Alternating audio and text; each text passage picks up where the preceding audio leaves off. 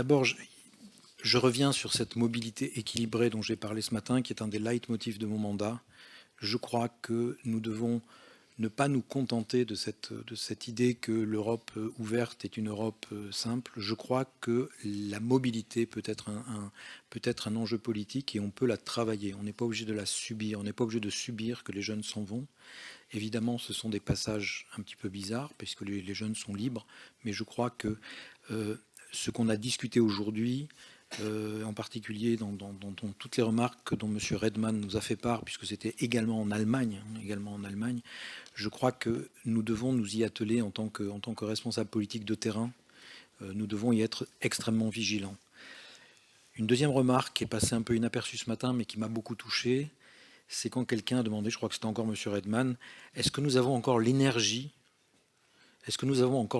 que nous avions il y a 30 ans? Voilà. Est-ce que dans nos pays, il y a encore cette énergie?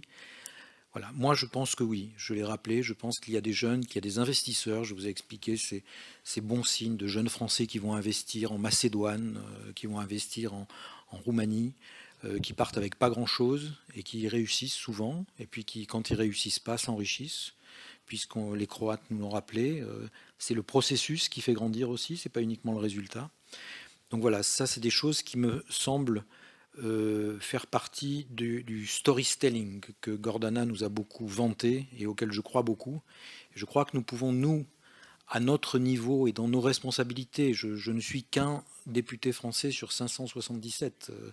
Les idées que j'essaye d'expliquer, la présentation que je fais, ne sont pas forcément décisives ici, mais je crois que ce qui se passe dans notre rôle de parlementaire, il y a cette idée que nous avons, peut-être pendant 30 ans, comme l'a rappelé notre collègue de Bosnie, mais nous avons la responsabilité de ramener nos citoyens dans ces discussions. C'est compliqué, mais ce n'est pas insurmontable. Sinon, comme le dit un de mes collègues qui raconte une fable que je trouve très drôle, mais très dangereuse, il m'a dit un jour, Frédéric, un jour nous allons avoir un parti 2 plus 2 égale 5.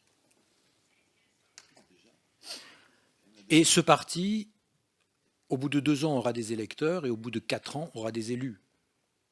Et je crois que notre rôle, à nous, c'est de nous battre contre ça et de faire, s'il faut revenir à compter sur les doigts avec les citoyens, s'il faut revenir à expliquer les choses, revenons.